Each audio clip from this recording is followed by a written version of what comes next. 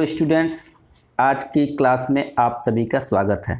आज हम हमारे आसपास के पदार्थ नामक पाठ का अध्ययन करेंगे। इस पाठ का अध्ययन हमने 5 अन्य वीडियो के माध्यम से किया है। यदि आपने उन्हें नहीं देखा है तो हमारे चैनल पर जाकर अवश्य देखें।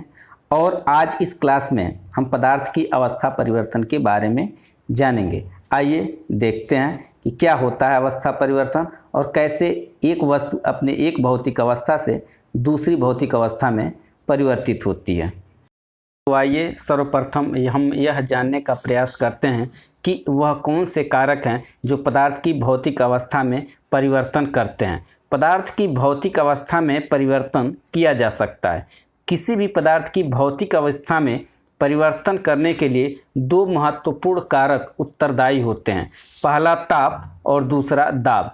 अर्थात यदि हम किसी पदार्थ के भौतिक अवस्था में परिवर्तन करना चाहते हैं तो हम उसके ताप और दाब में परिवर्तन करके उसके भौतिक अवस्था में परिवर्तन कर सकते हैं।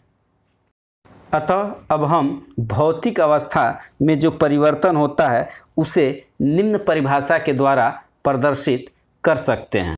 अर्थात अवस्था परिवर्तन को हम निम्न शब्दों में परिभाषित कर सकते हैं। किसी द्रव्य या पदार्थ के एक भौतिक अवस्था से दूसरी भौतिक अवस्था में परिवर्तन होने की क्रिया को अवस्था परिवर्तन कहते हैं। यानी अगर ठोस है तो वह द्रव में बदल जाएगा और द्रव है तो उसको टेम्परेचर देंगे तो वो गैस में बदल जाता है। यानी जब कोई पदार्थ अपने एक भौतिक अवस्था से दूसरी भौतिक अवस्था में परिवर्तित होता है तो उसे ही अवस्था परिवर्तन कहते हैं। किसी भी पदार्थ में अवस्था परिवर्तन की निम्नलिखित नियम हैं। ये अवस्था परिवर्तन के इन नियमों में सबसे पहला नियम गलना, गलन या पिघलना का अध्ययन करते हैं। गलन या गलना या पिघलना या इसी को हम इंग्लिश में मेल्टिंग कहते हैं वह भौतिक अभिक्रिया जिसमें कोई ठोस पदार्थ ठोस अवस्था से द्रव अवस्था में बदलता है तो उस क्रिया को गलन, गलना या फिर पिघलना कहते हैं।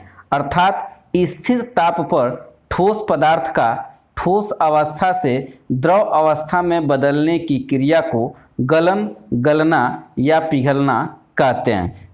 अर्थात जब किसी ठोस पदार्थ के टेम्परेचर में परिवर्तन किया जाता है यानी उसके तापमान को बढ़ाया जाता है तो ठोस पदार्थ धीरे धीरे द्रव अवस्था में परिवर्तित होने लगता है। तो इसी को यानी ठोस पदार्थ को द्रव अवस्था में बदलने की जो प्रक्रिया होती है उसी को गलन, गलना या फिर पिघलना कहा जाता है। अब गलनांक के बारे में जानने का प्रयास करते हैं कि गलनांक यानी मेल्टिंग पॉइंट किसे कहते हैं। वह निश्चित ताप जिस पर कोई ठोस पदार्थ ठोस अवस्था से द्रव अवस्था में परिवर्तित होता है तो उस ताप को उस पदार्थ का गलनांक यानी मेल्टिंग पॉइंट कहते हैं। बर्फ़ एक ठोस पदार्थ है जिसका गलनांक 0 सेल्सियस होता है। यानी बर्फ़ का टेम्परेचर भी 0 सेल्सियस होता है और जब हम उसे निकाल करके बाहर वायुमंडल में रखते हैं तो ताप परिवर्तन के कारण ठोस बर्फ़ 0 सेल्सियस बर्फ़ से 0 सेल्सियस के जल में परिवर्तित हो जाता है। इस प्रकार बर्फ़ का गलनांक 0 सेल्सियस ही होता है। ये अब हिमीकरण या जमना किसे कहते हैं इसके बारे में अध्ययन करते हैं। हिमीकरण या जमना वह भौतिक अभिक्रिया जिसमें कोई द्रव पदार्थ द्रव अवस्था से ठोस अवस्था में परिवर्तित होता है तो उस प्रक्रिया को हिमीकरण या जमना या इंग्लिश में उसे फ्रीजिंग कहते हैं। अथवा स्थिर ताप पर किसी पदार्थ का द्रव अवस्था से ठोस अवस्था में परिवर्तित होने की क्रिया को हिमीकरण या जमना कहते हैं।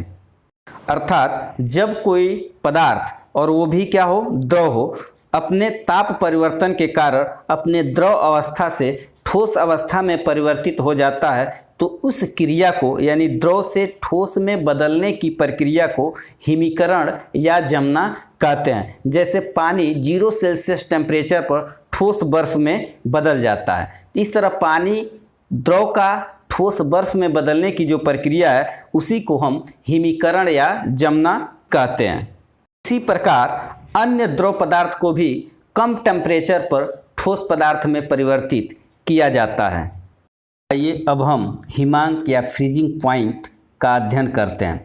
वह निश्चित ताप जिस पर कोई द्रव पदार्थ ठोस अवस्था में परिवर्तित होता है, तो उस निश्चित ताप को उस द्रव का हिमांक यानी फ्रीजिंग पॉइंट कहते हैं। यानी वह निश्चित ताप जिस पर कोई द्रव पदार्थ ठोस अवस्था में परिवर्तित होता है, तो वह निश्चित ताप ही उस द्रव पदार्थ का हिमांक कहलाता है। जैसे पानी को ठंडा करते हैं तो वह ठोस बर्फ में बदल जाता है। यानी जब पानी को 0 सेल्सियस टेम्परेचर पर ठंडा किया जाता है तो पानी द्रव अवस्था से ठोस अवस्था में परिवर्तित हो जाती है। इस प्रकार पानी का हिमांक भी 0 सेल्सियस होता है। यह याद रखने की बात है कि पानी का गलनांक और पानी का हिमांक दोनों ही 0 सेल्सियस होता है।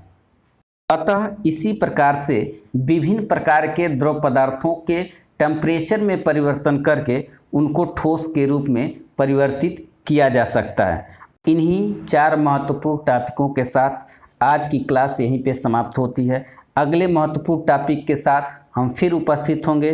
तब तक के लिए आप घर पे रहें, सुरक्षित रहें। Good bye.